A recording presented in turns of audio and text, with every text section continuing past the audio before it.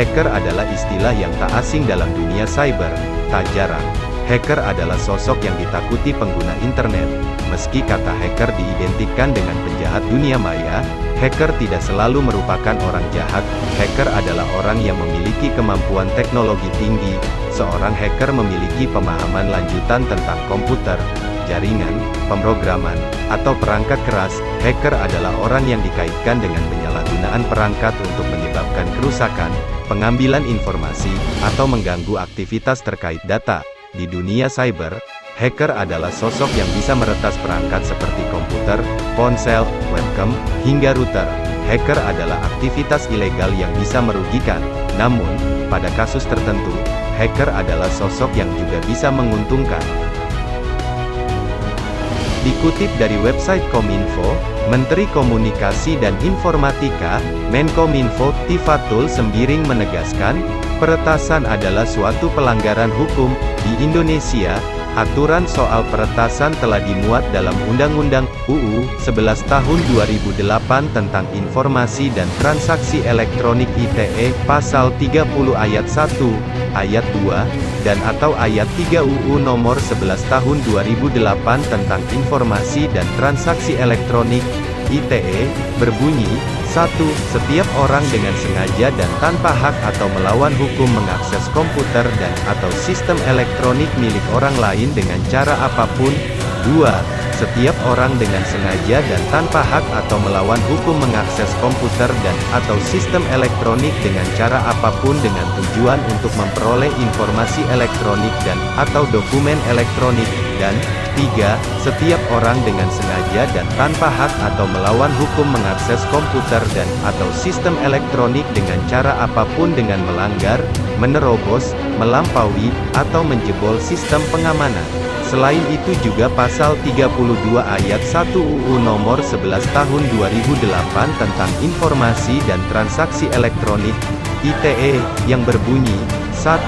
Setiap orang dengan sengaja dan tanpa hak atau melawan hukum dengan cara apapun mengubah, menambah, mengurangi, melakukan transmisi, merusak, menghilangkan, memindahkan, menyembunyikan suatu informasi elektronik dan atau dokumen elektronik milik orang lain atau milik publik.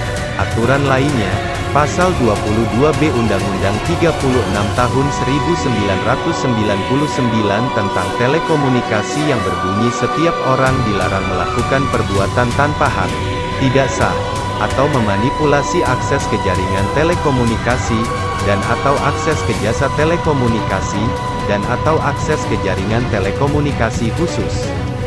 Sebelumnya diberitakan bahwa hacker Indonesia berhasil meretas berbagai situs di Australia, termasuk laman intelijen Australian Secret Intelligence Service, ASIS.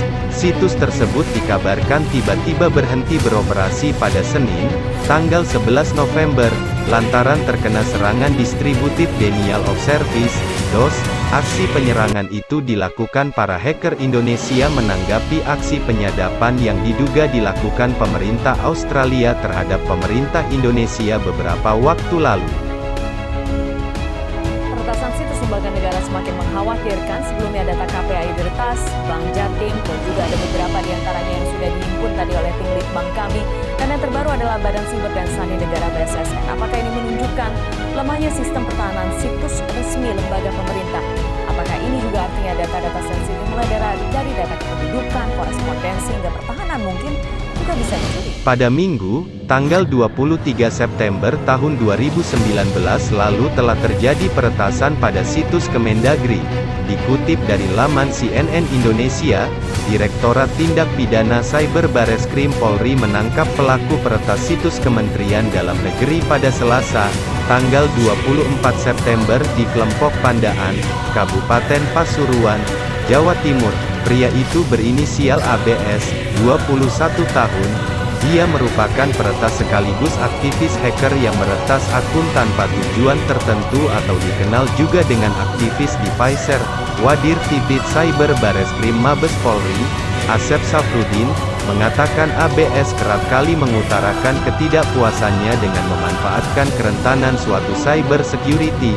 Tersangka adalah peretas sekaligus aktivis di Pfizer yang kerap kali mengutarakan rasa ketidakpuasan terhadap kerentanan suatu cyber security dan terhadap situasi negatif yang sedang berkembang belakangan ini, ujarnya di Mabes Polri, Jakarta Selatan, Jumat, tanggal 27 September. Asep mengatakan ABS dikenal dengan nama Security 007. ABS juga diketahui memiliki beberapa akun media sosial dan blog yang berisi tutorial cara peretasan. Selain situs Kemendagri, Asep mengatakan ABS yang berlatar pendidikan SMK ini juga pernah meretas sebanyak 600 situs dalam maupun luar negeri dalam waktu 2 tahun terakhir. Dia memiliki beberapa akun media sosial serta blog yang menyediakan beberapa tutorial cara peretasan sebuah situs dengan upaya mengubah situs dan sampai mengambil data mesh suatu situs website, tuturnya. Motif peretasan situs Kemendagri itu, kata Asep, untuk menguji keahliannya dalam penetration test terhadap situs-situs yang lemah keamanannya. Selain itu, hack juga bertujuan mengambil informasi yang ada. Kemudian ABS juga menuliskan kalimat yang mengutarakan hasil keprihatinan dan ketidakpuasan terhadap isu-isu negatif yang berkembang saat ini. Tersangka ingin menguji kepiawaiannya dalam penetration test terhadap situs-situs yang lemah keamanannya dan mengambil informasi yang ada, dengan menggunakan metode devising VPD, tuturnya. Polisi pun mengamankan barang bukti berupa laptop merek Asus warna merah, 1 telepon genggam, 1 KTP, 1 perangkat modem router Wi-Fi. ABS dijerat pasal 46 ayat 1, ayat 2 dan ayat 3 pasal 30 ayat 1, ayat 2, ayat 3, pasal 48 ayat 1, pasal 32 ayat 1, dan pasal 49, serta pasal 33 Undang-Undang Nomor 19 Tahun 2016 tentang perubahan atas Undang-Undang Nomor 11 Tahun 2008 tentang Informasi dan Transaksi Elektronik, UU ITE, dengan ancaman 10 tahun penjara dan denda 10 miliar rupiah. Menurut Menteri Dalam Negeri Cahyokumolo, celah masuk diduga melalui port file transfer dan atau melalui port database. Dalam protokol jaringan TCP/IP, sebuah port adalah mekanisme yang mengizinkan sebuah komputer untuk mendukung beberapa sesi koneksi dengan komputer lainnya dan program di dalam jaringan. Port dapat mengidentifikasikan aplikasi dan layanan yang menggunakan koneksi di dalam jaringan TCP/IP, sehingga port juga mengidentifikasikan sebuah proses tertentu di mana sebuah server dapat memberikan sebuah layanan kepada klien atau bagaimana sebuah klien dapat mengakses sebuah layanan yang ada dalam server. Port 21 merupakan port untuk FTP File Transfer Protocol. FTP adalah suatu protokol yang berfungsi untuk tukar-menukar file dalam suatu network yang menggunakan TCP koneksi bukan UDP. Port adalah suatu celah atau pintu atau lubang pada sistem komputer sebagai jalur transfer data.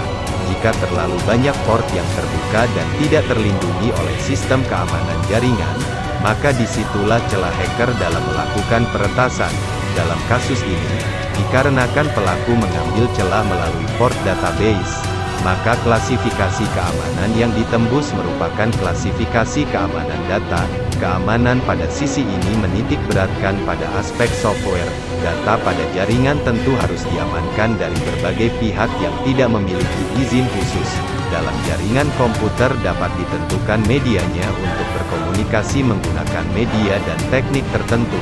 Maka dari itu sistem keamanan informasi sangat perlu diperhatikan. Dengan terpenuhinya aspek-aspek sistem keamanan informasi dan prinsip dasar penyusunan sistem keamanan informasi tersebut, maka sumber daya informasi terjamin dan terlindungi dari ancaman pihak-pihak yang tidak berwenang yang akan memanfaatkan data dan informasi untuk kepentingan yang merugikan.